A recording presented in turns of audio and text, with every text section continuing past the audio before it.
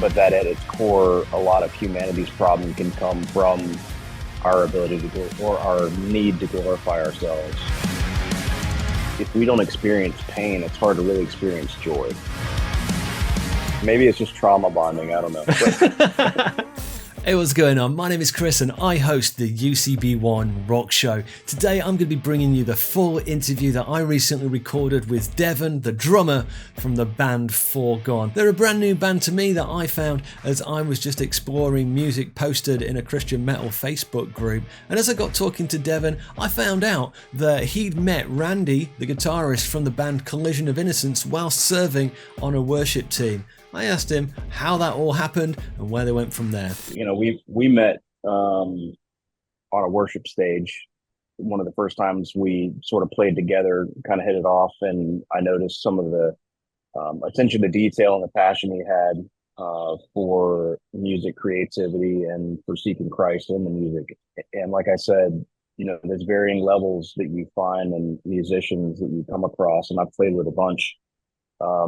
And we kind of hit it off pretty instantly because of sharing that passion, but also because we grew up at the same time, listening to the same music, and you know, have a lot of core memories of the bands that we sort of grew up listening to that I think becomes pretty transparent in the music that we write. I think we have enough of an amalgamation of music that is our inspiration that it doesn't come across like we're any one of those things, but if you listen hard enough, I think you can sort of pick out some of those individuals. That's a little bit of backstory about how we met. And then, you know, you have Trevor Lake, who does our vocals. And I met him through a friend and found out that his voice just kind of fit the need.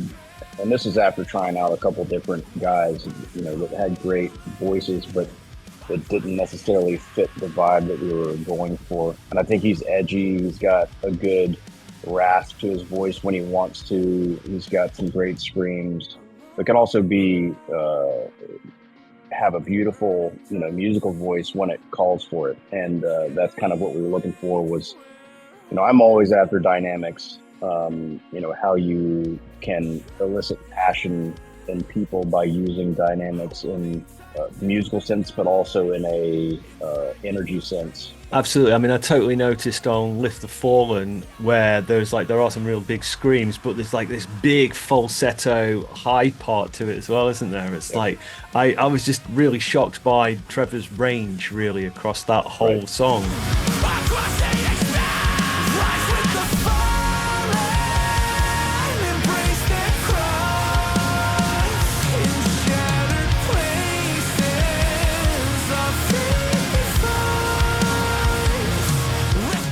Really noticeable. It's really cool. So that was, you was looking for that specifically, were you, when you was interviewing people? Definitely. And I would say dynamics being number one, but being able to showcase a musical side of the voice as well. It's not like I don't appreciate screams and what goes into that. I've just never really appreciated that being the only focus. So I like his ability to go back and forth between the two. He's got a lot of session experience, so it's no surprise that he can sort of get in there and knock it out. And, you know, we're a bunch of guys that are separate writing music and rarely ever are together. So the fact that we're churning out music like we are, I think speaks to the way we work together and we share a mindset. Is that like a remote thing then? So you just kind of write your own parts and then just like Dropbox them to each other or something? Is that? Typically, so I sort of culminate all the music and do some of the basic production. Like I said in our one sheet, I know just enough about production to be dangerous. I'm not an expert by any sense, but I sort of compile everything. So I'll start the initial project in Logic, and everybody will start sending me parts. As long as it's played to a metronome and we all share the same tempo, those parts can be implemented. And I'll make, you know, if you look through our files, I'll have 30 scratch tracks that are varying levels of progression as we're going through these projects. The whole road is exciting for me, you know, from the initial thought process. We don't really have a set way that we write. Because the first song, Hubris, was written basically was a full song written on the drums that I had just played out. And then I Okay. sent the track to Randy, and he found a way to make it work from a guitar standpoint. And then we brought in some synth and did all this other stuff production wise and turned it into a song. We're like, wow, we made a song. Okay. I've Uh, never heard of anybody writing a track on drums. I've definitely heard it on like a guitar and on a right. keyboard, but not so much drums. How would that even sound? Did you like sing along with the drums when you sent it through? No, it was basically just a rhythm track that had nothing but drums, and I had ideas for patterns, and it refined itself over time. It's not like the first drum track that I laid down was what we ended up with. It, Mm. would have been the initial drum track, and we sort of play off each other's ideas. So I play that, he plays to it, mentions some ideas or incorporates ideas in the song, and then I'll go back and refine the drums to match that. So it's kind of this ping pong effect that happens between Randy and I. And then once we feel pretty good about the instruments or the instrumentation of the song, we'll send it off to like Trevor, and he'll go through some of the vocals, and we can further refine it from there, because a lot of times you don't really know how it's going to play along until somebody starts adding something else. And if he sings a vocal part that's staccato or sharp, and it's sort of in an offbeat or a polyrhythm or something like that to a component of the song, then we can refine what we're doing to sort of match or cement and Mm. solidify the other side of that. So maybe you might find that like he's doing a melody that's like actually I need to make some space underneath that for that to soar, or sure, yeah, or the yeah, guitars need to actually follow under where his like the pattern for the vocals is going. So we're going to actually change yeah, right, that's really cool. But did I hear that you write the lyrics as well? yes, So did you yeah, write the lyrics to Hubris? Because that was a really good track. That was a really I cool did, one. yeah. Can you tell me a bit about Hubris? Because when I was listening to it and thinking about it, I was thinking that track was all about, well, it's a bit of a, I'm not going to say like a hobby horse of mine, but I kind of see a lot of stuff in like social media. I see, the kind of divisiveness. It kind of feels to me like we've got like big tech who's just like kind of trying to split us down the middle and fight one off against each other, and it just feels a little bit like division being sown. And it sounded to me like this song was kind of about that. Is that what the song was about? Did I kind of Is that what you're talking about? And just can you maybe just explore that with me? Just tell me about the Sure. track. Yeah, so my thought process and what I was feeling at the time when I wrote the lyrics was about hubris of man, and relating that to pride and becoming a downfall. That, I started thinking about what are the things that at its core are the biggest problems with humanity. And I came up with hubris being one of the biggest problems, and being the source of so much strife and trouble that we have in humanity. Just Mm, piggybacking off of man's need to glorify himself, and that can play a big part in divisiveness. So I mm, think what you were detecting about the divisiveness was certainly part of the thought process, mm. but that at its core, a lot of humanity's problem can come from our ability or our need to glorify ourselves.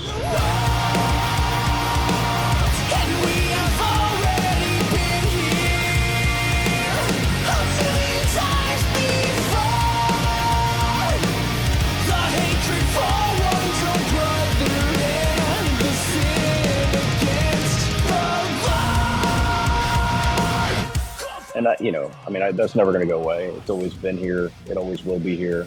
Yeah, since But day one in the garden, you can right, you can be as God. That was the original thing, wasn't it? right, That was the original yeah. sin.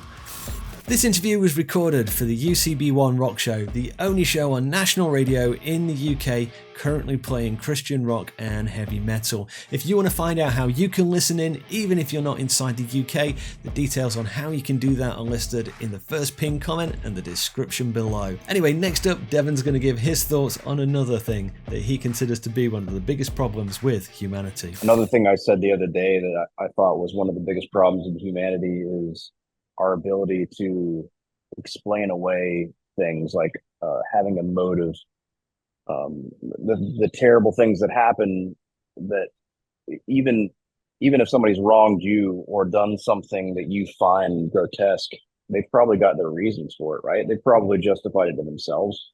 Not many people go through with things saying, this is a terrible act I'm conducting, but I just don't care.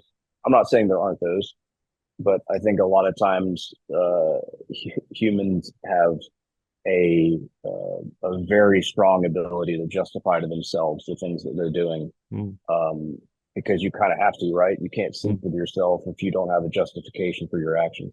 No, I mean, I agree with that. I mean, I think that it's very obvious that we have a very heightened sense of others' sinfulness and a very like poor sense of our own sinfulness, do you know? And Yeah, it's like you see it really obviously when people are maybe recounting stories of things that's happened to them to other people, and sure. it's all they always there's this natural tendency, isn't there, to kind of make yourself look like the innocent victim of all this stuff, and A hundred you know, percent. Yep. yeah. And if you ever talk to officers, law enforcement, a Mm. lot of times they'll say things like, everybody thinks they're different. Like the people that think they're going to get away with things or something, like uh, people that will open a business in a spot where 10 other businesses have failed, where it seems inevitable to fail. But you still have people that open it because they're like, well, they weren't me, and it's me I'm that will be the different. change, right? So I think people have a crazy ability to think that, and Yeah. you know, part of that I think is good, that you don't take other people's failure as a label for what you're able to accomplish. But at a certain point, it's like, dude, maybe it's just not meant to be. Well, that is absolutely true. It seems like you've kind of subtly woven biblical messages into the track. Was that a conscious decision, or was that more just kind of like this is just kind of who I am, and these are the things that are on my heart, and it just kind of comes out in that way? Do you know what I'm trying to get at there? It's just kind of like, Yeah, do you consciously make like religious messages or Christian messages into the lyrics, or is it just because that's where your faith is, that's just what comes out? I would say it's both. I mean, that's sort of naturally what I want to write and what comes to me, because I don't. I mean, I appreciate being able to relate to people's struggle, because everybody's got their struggle. I certainly do, but I don't want to leave it there. I don't want to typically say like we're all in darkness and there's no light at the end of the tunnel. And the resolution to most of these problems goes back to biblical teachings and God. So that's naturally, like, I never really want to wind up a song by saying, well, this all sucks, get used to it. Bye. See you Right. later. So typically try to tie in the message of hope somewhere in there, but still be able, because no one that's in a bad place wants to listen to this song that's all about hope. Most of the people that are in bad places want to listen to songs that are just sort of cementing the crappy way that they're feeling. So if you can incorporate lyrics that can touch on what people are feeling, but also introduce a little bit of hope into that. And a lot of that comes down to a very purposeful way of writing. Mm, I want it to be biblical. I want the theology to be sound, mm. but I also am kind of turned off to this very cemented, like, Christian band mindset where uh, everything is so scrutinized and everything, it goes one way or the other. You could be on one side of the aisle where if it's not an actual verse of the Bible, that it shouldn't be in a lyric, Yep. all the way back to the other side being secular. Mm. My personal mindset when it comes to that kind of thing is no one really wants to be bashed over the head, and I don't really care to speak to other devout Christians that much. They don't need it. What I would prefer to talk to with lyrics that I write are the people that need to hear it, that would be turned off by me trying to thump them with the Bible. So if I can connect with them on a level of experience and all, offer some sort of out for them, though not bashing them over the head with it, Mm. maybe it will cause them to seek out what that solution actually means Mm. and ask some meaningful questions to people that are close enough to them to explain that. No, I would just say that's a real common kind of tightrope some of the people that I've been speaking to with the interviews have been walking, because there is a line that you've got to walk between. I mean, obviously, you don't just want to be singing to the choir; you want to be singing to the world as well. You know, it's a kind of outlook, an outreach, Yeah. and people are kind of saying things along the lines of, people will run a mile. And I was interviewing a guy called Steve from the Word 66 last week, or the week before. It was really great. And his whole thing was, his whole thing was just like, I'm going to put biblical messages in, because I want to talk to that guy that I was when I was outside the faith. And I was like, yeah, I resonate with that, because I was outside the faith, like, 20 years ago, 10 Yeah. years ago. And if you come on too strong, too hard, I'm going to run away. And what I'm hearing from yourself there is like, hey, it's like I'm setting up this kind of this scene. I'm painting you a picture of what the problem is, but I'm also showing you what the Christian solution to it is. And then when I think about songs like Unchained, which seems to be saying, hey, look, this is the world's answer, this is the Christian answer, and there's hope at the end of it. I think that was a really powerful way of doing it. That was really cool. So, do you want to go into a bit about like Unchained? Because I think that song, as more than any of the ones I listened to, kind of talks very much into what you was just saying there about outreach with metal. Yeah. Well, my mindset going into Unchained lyrically was kind of focused on the pharmaceutical problem in my mindset. And that's not really what it ended up being. But that was kind of initially where I was I was feeling in the moment. My passion for writing those lyrics came from just looking from the outside at typical Western medicine and the self-perpetuating thing that occurs where you take this pill and then you get side effects from that pill and you got to take this pill and then you got to take another pill for the side effects of that pill. And then year by year, you end up taking more and more pills until you've got handfuls and you find yourself on your deathbed with, fistfuls of pills that you got to take every day that you can't even swallow just to sort of perpetuate the cycle of the first one you started. And I know that's a extreme oversimplification, but I experienced some of that personally, like taking a remedy and then regretting that I took the remedy. Like an example is Zantac was something that I took for heartburn for a long time.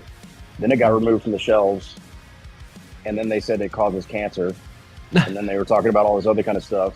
Right. It had some sort of contamination, which is why it got taken. But everybody's concerned about cancer over it now, and it's like, in the moment, we have these quick remedies. Yeah. And do they ever really give you what you were hoping for? Yeah, well, that's kind of where I was coming from with this whole like the world sells you an answer kind of thing, because it's like I think the line that just stood out was like, oh come on, it's like a different cure for an aching mind. Like what's causing that aching mind, and then the world's got no answer, so here's some pills. That's kind of what I was hearing when I was hearing those lyrics.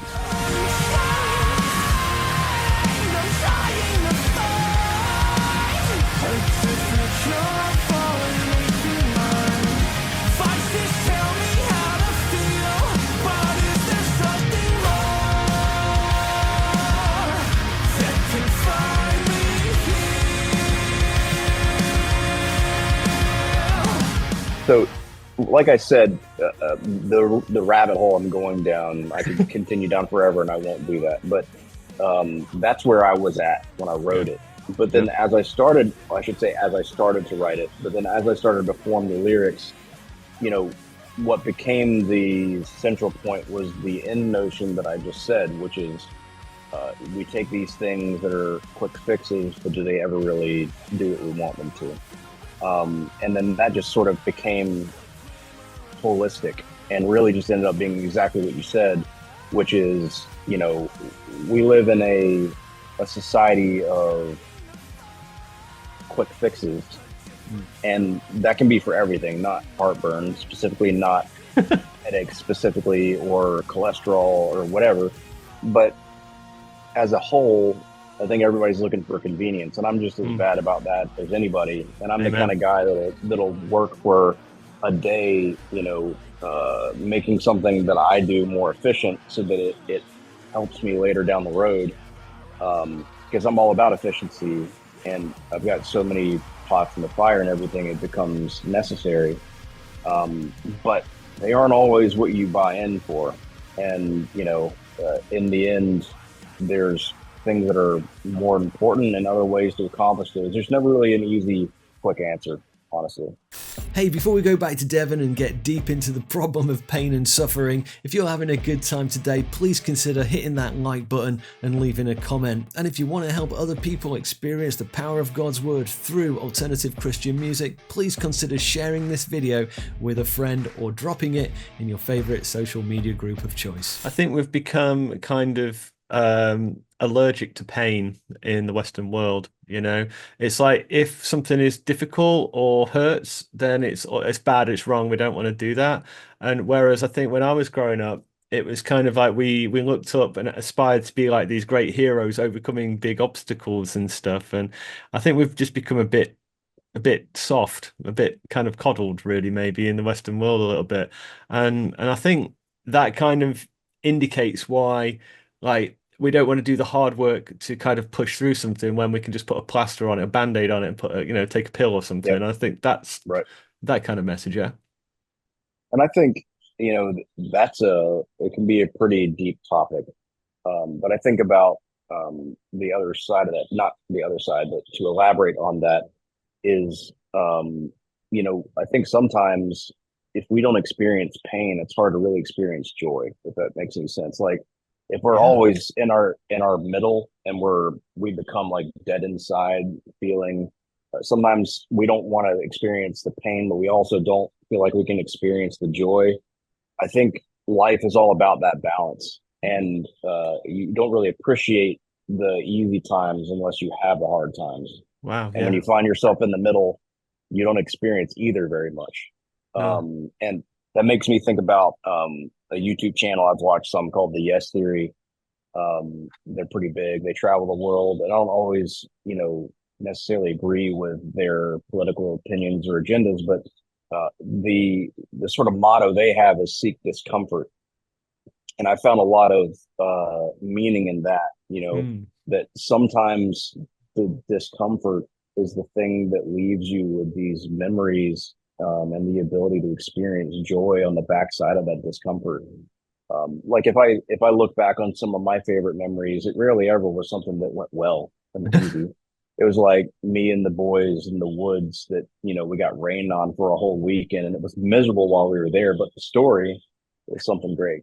Yeah. And the joy you had, and maybe it's just trauma bonding. I don't know. But Yeah, 100%. But it's funny though, you say that one of the biggest arguments against the Christian faith or faith in general is the argument from pain, isn't it? How would a good God allow just such an awfully painful world to exist? But when we remove pain from our existence, we become soft and sluggish and comfortable, and our that's going to be one of comfort. the hardest messages for anyone to hear, especially people that aren't in the faith, Mm, is that, maybe there's a reason behind the pain. And I would never, uh, I would never want to say that. Someone who's no, just lost a loved one to cancer way too early in life, that's terrible. no. And I've seen cancer too much.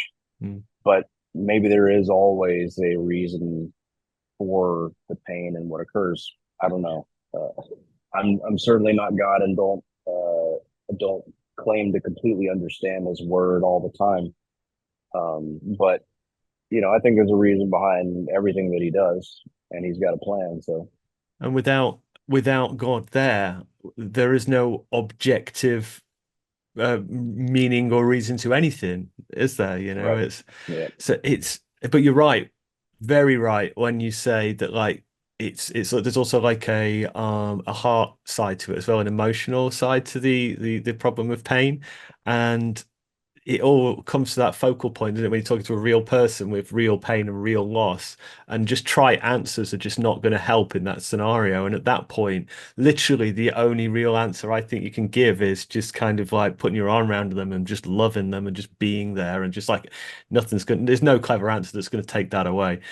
But I think on a kind of a day-to-day basis, when you kind of avoid pain, your comfort zone gets smaller and smaller and smaller.